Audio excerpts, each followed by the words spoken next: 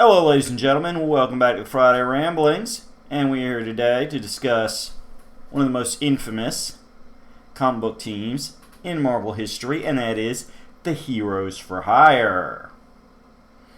This is a team that's seen several iterations, and is a concept that kind of pops up every now and again. To understand the concept, you first actually have to go back to one hero. He's a guy everybody knows and loves now, thanks to some fun in the Netflix original series, it says, and the fact that he's been used very well in the mainstream Avengers books over the last couple decades, and that is Luke Cage, occasionally known as Power Man. Now, Luke Cage, when he first started out as a character, back in the, was it 70s? Was it? Double check that. Double check this. Make sure I get my date straight. That is, June of 1972. Almost thought for a second it might have been late 60s, but no. Yeah, early 70s. Well, Luke Cage first debuted. His story was that he was a former criminal. He was a reformed criminal, would be the proper phrase, who had agreed to be experimented on in prison and gained his superpowers, including unbreakable skin, and thus the name Power Man. But being a reformed criminal, and good-hearted guy, it was the classic Les Mis. He was stealing because he didn't have any money to buy things he needed to get along, kind of deal. But because he had come through hard times and grown up struggling financially, he had the idea that he would be a hero for hire. See, as I said, you go back to the beginning, and the beginning is a solo act. As hero for hire, Luke would do jobs basically as a mercenary. But, unlike most people when you hear the term mercenary, you think of somebody with guns, prone to killing people. No, Luke Cage's was more of the classic heroic stuff, just without the doing it for the sake of doing it thing. Eventually, he would cross paths with Danny Rand, the Iron Fist. Now, Iron Fist had his own solo series, but sales were down. And the Luke Cage series, while it was doing better, was not doing great. So the idea was made to put the two of them together. Thus, in a three-part storyline starting in issue 48, Iron Fist became a full-time member of Luke Cage's cast, forming an official partnership in storyline, the comic thus being renamed Power Man and Iron Fist starting with issue 50. So he decided to form a Heroes for Hire Inc. as an official business, including hiring attorney Jaron Hogarth and administrator Jenny Royce. Thus, we see the beginnings of the Heroes for Hire concept as we understand it, a team working for money. It should be noted, though, that Iron Fist supporting characters, Colleen and Misty would also appear as recurring members, this duo often being referred to themselves as the Daughters of the Dragon. I'm sure in the future I'll do a video specifically on Colleen and Misty, their relationship, and some of the stuff they got up to as heroes on their own over the decades. But this is important to note that even from the beginning, while officially Heroes for Hire was two guys, there was two backup heroes involved. Now, the partnership lasted until the series' final issue of number 125, when not only did Iron Fist appear to have been killed, but Luke Cage was blamed for the murder. Eventually, the story would play out in other books. It would be revealed that Iron Fist was not in fact killed. There would be some stuff about, oh, he was replaced with a doppelganger. It was, one of his enemies doing the classic, I'm going to kidnap you and replace you so nobody knows you're kidnapped thing. Luke would get his name cleared. And while the two did not have a full leading book, it was assumed once all this was worked out that they were still quietly working together. This would lead into 1996, where as a consequence of the Onslaught event, in which most of the A-list heroes were presumed killed in fight against the villainous Onslaught, including like the Fantastic Four, most of the Avengers people cared about, with the exception of like Wanda and Quicksilver. I think Black Widow stayed behind because she was injured at the time or something. But the big bulk of the mainstream heroes were gone. This led to the whole Heroes Reborn thing, where it turned out they were actually went into a little pocket dimension. We're definitely going to discuss the Heroes Reborn concept in another video. But the point is, in storyline, there was a huge bunch of heroes missing. So, following up on things going on in Namor's self-titled series, where he was spending a lot more time on land and had started up a company known as the Oracle Corporation, Jim Hammond, aka the Golden Age Human Torch or the Android Torch, depending on how you like to refer to him affectionately, and Danny Rand decide to set up a new Heroes for Hire organization. Iron Fist's first recruit is, of course, Luke Cage, because Luke and Danny. This, however, would be a full-blown team, and their core team would consist of former Avenger Black Knight, a new White Tiger. We are definitely going to do a video on the White Tiger legacy in the future. Look forward to that. Hercules, She-Hulk, the Scott Lang Ant-Man, and occasionally Deadpool. Although not everybody necessarily participated in every mission, harkening back to the Defenders, where your active team would rotate members every so many missions.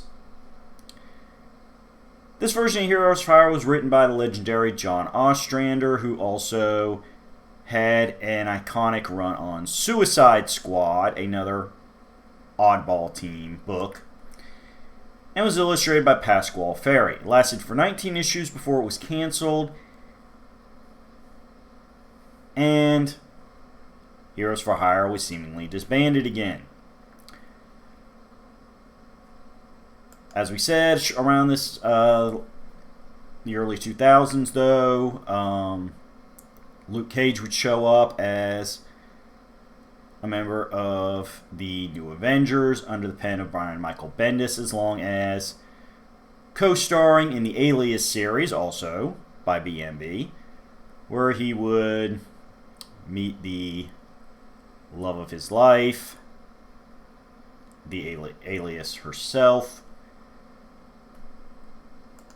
Good times. God, I feel bad. I just blanked on her name. How did I do that? Jessica something. God, see, I always get confused because, I hate to say this, sounds really bad, but a lot of times in the art they would have her look like Spider-Woman 1, whose real name was also Jess.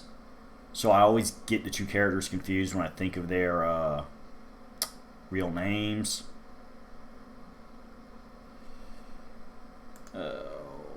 Just a sec here. Got to cross-reference this. I know, people right now are sitting there screaming at me, "Oh, how do you not remember? Up, up, up, up, up." Jessica Jones. There we go. But yes, he would, following the 96 series, he would show up working with Jessica Jones. The two eventually fell in love. They are still happily married to this day and have a baby of their own. Iron Fist would bounce around. His own solo book would get him, he'd do some own solo work. He himself would romantically hook up with Misty Knight in an on-again, off-again relationship. Good times. But that leads us up to the third major iteration of Heroes for Hire. 2006 as a spin-off of the Civil War storyline. The book was initially written by Jim Palmiotti and Justin Gray with art by Billy Tucci, who had previously wrote in the Daughters of the Dragon miniseries starring the aforementioned Misty Knight and Colleen Wing. Many characters and plots followed from this series into this version of Heroes for Hire. The series would, though, change hands and be written by Zeb Wells with art by Terry Pallett before its own finale. Now in this one, the team roster of the book is Colleen and Misty, along with a new female tarantula, whereas the previous versions had been males. Shang-Chi, the Master of Kung Fu. Humbug, Orca, Black Cat, and Paladin, the later two joining up simply for the money. They serve as enforcers for the Superhuman Registration Act, bringing in various unregistered heroes and villains, hopefully with as little violence as possible, as opposed to the post-Civil War version of the Thunderbolts, who did a similar job but were a lot more psychotic about it. Fortunately, the team had some issues dealing with various internal problems, as well as occasional ethical conflicts with the nature of the Superhuman Registration Act. They would encounter villains such as Grindhouse, the Headman, and an awkward encounter with Devil Dinosaur and his original running buddy Moon Boy. These days, Devil Dinosaur's hanging out with a young lady called Moon Girl. However, things would go horribly wrong when they got involved in the World War Hulk event. Without getting into too many spoilers, this would involve team member Humbug being brainwashed and betraying the group to some of the aliens involved in the World War Hulk event, causing the rest of the team to be heavily tortured.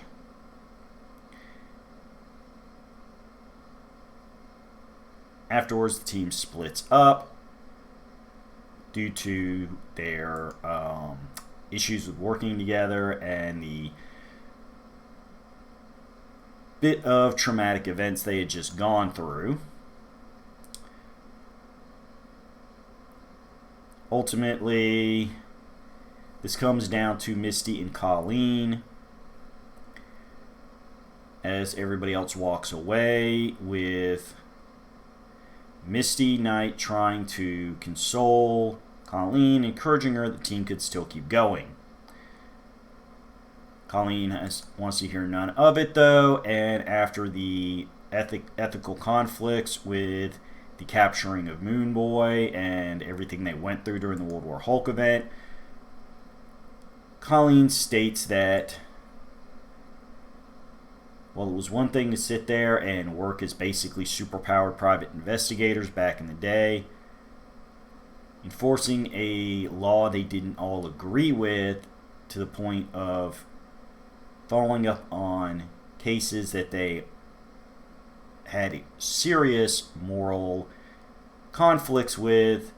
Colleen felt that they had sold themselves out and had abandoned all their principles, which she was not going to do anymore. The infamous quote at the end of the series is, "When we put ourselves up for hire, we quit being heroes." She walks away from Misty, and frankly, the two have never technically been the same ever since. They've mended fences and will work together, but it was a long journey for them to get to the point where they could function like the old Daughters of the Dragon, and actually did not work together for a long time. So, for fans of Colleen and Misty, while this was not the greatest series writing-wise, it was significant in the ongoing sisterhood/friendship of the Daughters of the Dragon. Eventually, in 2010, so really not that too bad a wait, couple of years, Marvel debuted a new Heroes for Hire series spinning out of the aftermath of the Daredevil event Shadowland. This time the team is run more like a business organization with revolving members, each hero being hired in regards to the specific mission. Unlike previous incarnations, members work for benefits such as crime tips and backup when needed, as opposed to being directly paid money. The organization is originally run by Misty Knight, with a team that includes Ghost Rider, Iron Fist, Moon Knight, Punisher, Black Widow, Paladin, Falcon, Silver Sable, and Elektra. However, a few issues in, it's revealed that Misty Knight is being mind-controlled, and after Paladin and Iron Fist free Misty from the mind control, the other members find out and lose faith in the organization. Paladin convinces Misty to restart the operation from the ground up with him and earn the respect of the superhero community. First one to join this second attempt at the operation is Spider-Man. They would then show up during the Spider Island storyline, helping to quarantine Manhattan, where this version of Heroes for Hire fought various Spire-powered villains, including some of Luke Cage's oldest villains like Comanche and Cottonmouth. However, the events of the Heroes for Hire 2010 series would be directly followed up after Spider Island in the Villains for Hire event. This time, Misty Knight needs a group of heroes consisting of Black Panther, Silver Sable, Paladin, along with a subgroup of villains consisting of Bombshell, Crossfire, Nightshade, and Tiger Shark. Nightshade, and Tiger Shark. The Villains for Hire team was led by Purple Man, who had brainwashed Misty Knight in the previous series, with a lineup consisting of Avalanche, Deathstalker, Shocker, and Scourge. This led to a massive battle between the two for hire groups, as well as people defecting back and forth. And the big finale, which, because of our minimal spoiler policy here, I'm not going to tell you, but having owned and read both series, because it's really basically one big series that just kind of got retitled after taking a few months hiatus, it was good reading. It's good fun times. It shows Misty Knight, who had started life before she got into the superhero community as a police detective, could out-strategize people and think tactically when she needed to. This ultimately has been the last time that the Heroes for Hire series was published under any kind of name of that. However, in the series referred to as the Mighty Avengers, within the book, Luke Cage was shown leading a new Heroes for Hire roster consisting of himself, White Tiger, and the second Power Man. who had debuted in the Shadowland event. The team has some issues after White Tiger quits in a conflict with the Superior Spider-Man. However, as I said, that they would be reformed with a few different members under the proper Mighty Avengers name. But still, the idea was teased, and it was shown in the background that Luke was still keeping the Heroes for Hire concept working when he wasn't an active member of a particular Avengers squad. A few months later, after that series ends, Deadpool would try to establish a Heroes for Hire team consisting of Solo, Madcap, Slapstick, Fool Killer, Terror, and Stingray. Matt Murdock, as Luke Cage's lawyer, would show up with Cage to inform Deadpool that Luke Cage had the legal copyright ownership of the term Heroes for Hire, so Deadpool renames his group into the Mercs for Money. Now, it should be noted this was like Mighty Avengers, only in storyline, as the comic itself was not solicited under Heroes for Hire.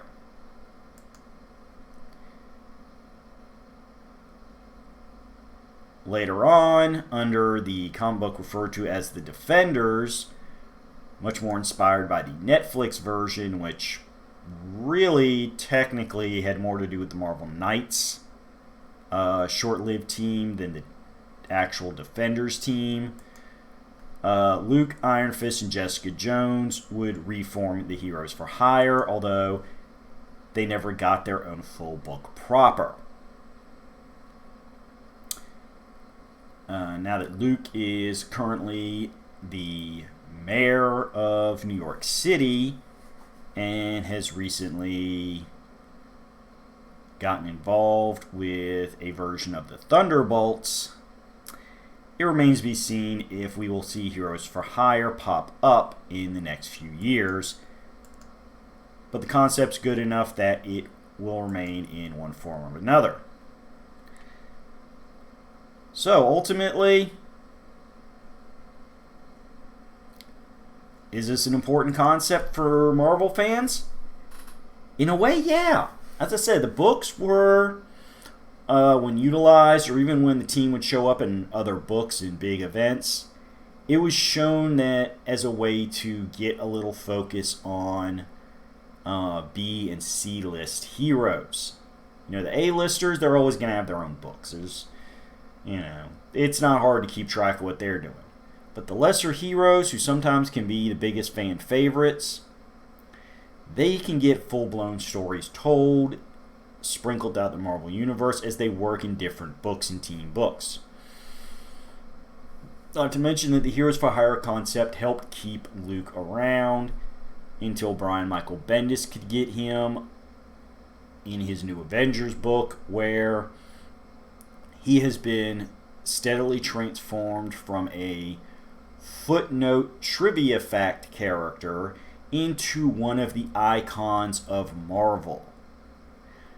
His work in the MCU has been very blink and you miss it, which is sad because, frankly, the modern depiction of Luke Cage is one of the great heroes of the post-2000s comic book industry. And as I said, the fact that he has parlayed his superhero career, and specifically that he's a man who has never forgotten his roots and never went far from the struggling neighborhoods he grew up in, helped to get him elected mayor, where he can work to reverse some of the policies and sentiment of the previous Mayor Kingpin that were very anti-superhero, is a good sign. And Luke probably would have never gotten that opportunity if it hadn't been for the infamy of the Heroes for Hire concept.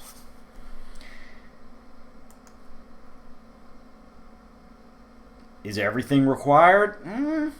I'll be honest. Well, we did start this discussing the Luke Cage solo series. You really could start with just when it got retitled as Iron Fist and Power Man, because that's where the team aspect really started being built. The mid-90s series is good for a short read, as it's full of characters who weren't necessarily going to be major players, but because of that, the writers were allowed to have some fun with them and develop them without much worry of, well, we have to restore them to the status quo at the end because, you know, fans have expectations of how this character should act. It's like Captain America. I love Captain America as a character, but at the end of the day, he's always just going to be Captain America. And even if Steve Rogers hangs up the shield for a while, they'll put it back on him. You know, people just associate Captain America with a certain attitude and a certain person under the mask. So you're, in a way, that's kind of the problem with these long-lasting A-list characters is if you only write them, you write yourself in a corner. If you want a character you can potentially kill off for a while, completely warp the nature of their powers, you need lower tier characters. The editors are going to be like, we're not worried if you torture and maim them. Nobody else is going to want to use them for several years. And that's one of the great things you get with Heroes for Hire. You can get issues with real consequences. I would definitely recommend, as I said, the Civil War-based team, just because it felt like it was one of the few runs of Heroes for Hire where they distinctly got to what felt like a good ending for a team book. You know, you see the team breaking up, you see the conflict that broke them up. It wasn't just a, okay, well, we're going to quit publishing, but this team's still hanging around. So it was a good concept. The Heroes/Villains for Hire run in the 2000s. Again, yeah, definite good read. Gives you a real good sense of, as I said, how well Misty can work as a character away from Danny and Colleen. I mean, Danny's around for a little bit, but it's not well, this is Iron Fist's book and Misty's just hanging around. This is Misty's book and Danny's just hanging around. A little bit of a power switch from the classic books when it was all about publishing Danny and his story. Which is good. You need that variety every so often. So, check them out. Pick and choose. But keep this in mind. As I said before, the Heroes for Hire concept is the kind of thing that different writers will love to dust off and try again. So, even if you don't marathon everything, check out enough of it to get a good sense. Because as long as there's Marvel Comics, the Heroes for Hire will always be around the corner. Just make sure you bring your money. See you in 7, folks.